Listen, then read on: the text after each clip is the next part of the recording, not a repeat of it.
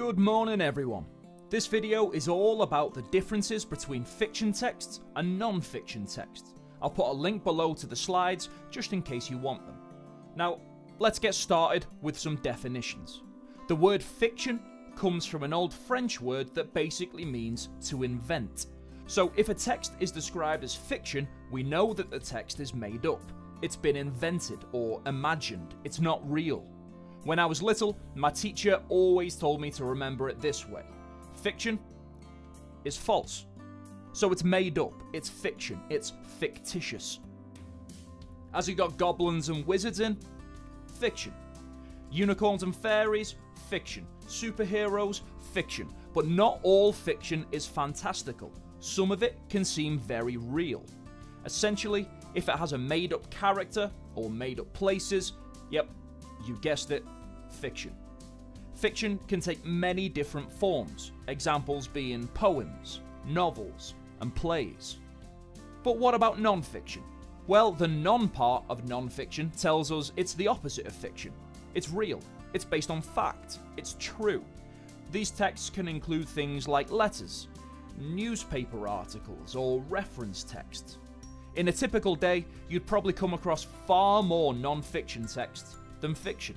They're everywhere, from the label on your tea bag in the morning to the road signs in the street.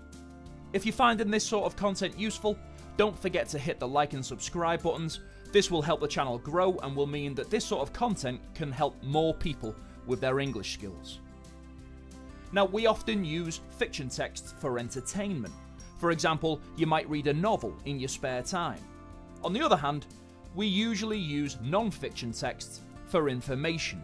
This could be to learn a new word in the dictionary, or to learn your destination on your train ticket. And just to confuse you, some texts do sort of blur the lines a little bit. For example, a novel might use real-life characters but make up a new story about them. But if it has invented elements to it, it would be classed as fiction. A quick task for you. Make yourself a table, such as the one on the right, and try and group the different text types here into fiction or non-fiction columns. Pause the video and give it a go.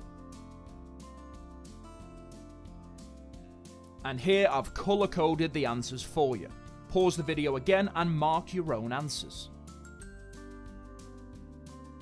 Why not add the definitions of fiction and non-fiction along with some examples to your revision cards to help with revising? Okay, that's all for today's video. I do hope you found it useful. Thanks for watching and happy revising.